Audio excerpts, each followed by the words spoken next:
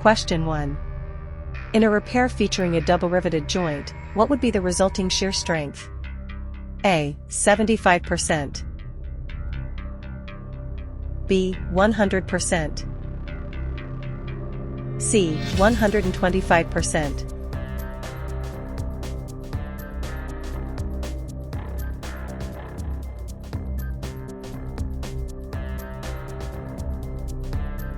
Justification: clarified sentence structure for smoother reading and emphasized the relationship between joint type and shear strength. Question 2. Which equipment is necessary to perform a runout check on a shaft? A. A DTI and V blocks. B. A ball bearing and a micrometer. C. A surface plate and a 3-leg trammel.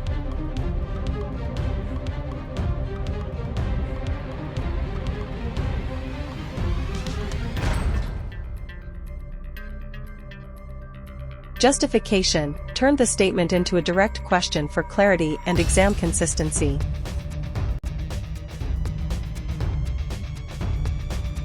Question 3. If fretting corrosion is found on a braided pipe, what does it indicate about its serviceability? A. It is unserviceable and must be replaced. B. It is not necessarily unserviceable. C. It becomes unserviceable only if corrosion reaches the braids.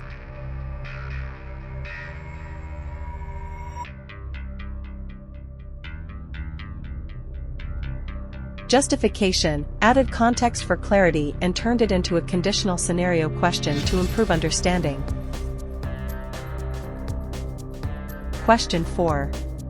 During aircraft weighing, where are the hydrostatic weighing units placed? A. Under each jack. B. On top of each jack. C. Either under or on top of each jack.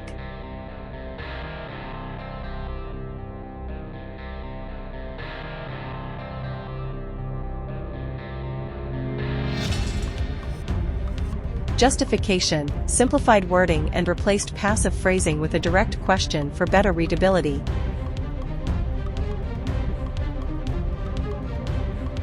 Question 5. Which type of paint is applied to a composite panel to allow dissipation of static charge? A. Aluminium paint. B. Ferrous paint. C. Polyurethane paint.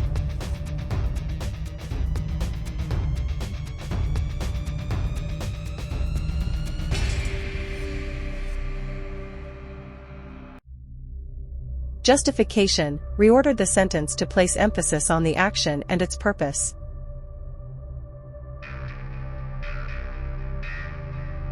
Question 6. In a dye penetrant test, when should the component be inspected after applying the developer?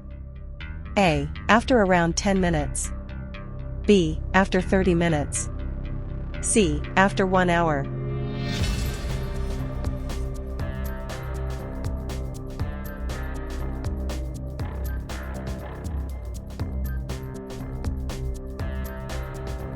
Justification: clarified the inspection timeline in the testing process with a logically sequenced question.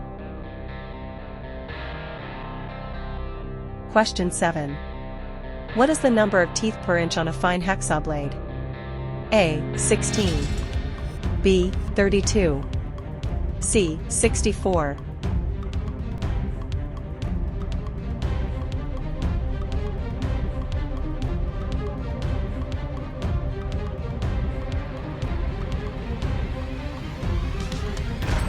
Justification: minor rephrasing to improve fluency while retaining the exact meaning.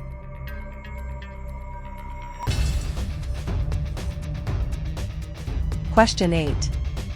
What is the standard cutting angle of a drill bit? A. 130 degrees. B. 59 degrees. C. 12 degrees.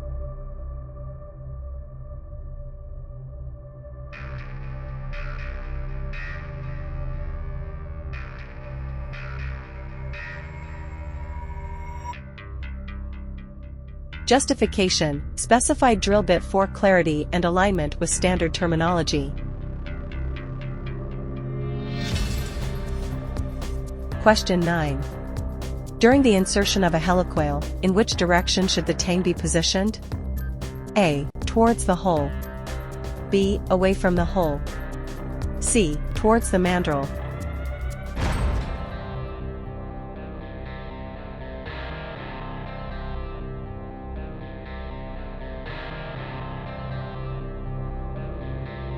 Justification: refined wording and corrected the spelling of mandrel for accuracy.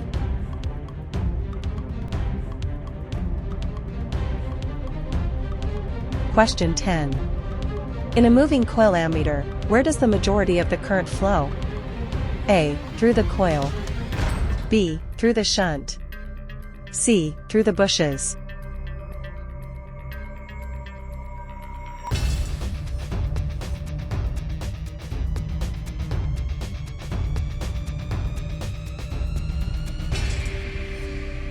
Justification: rephrased for clarity and to emphasize the current's path in the device.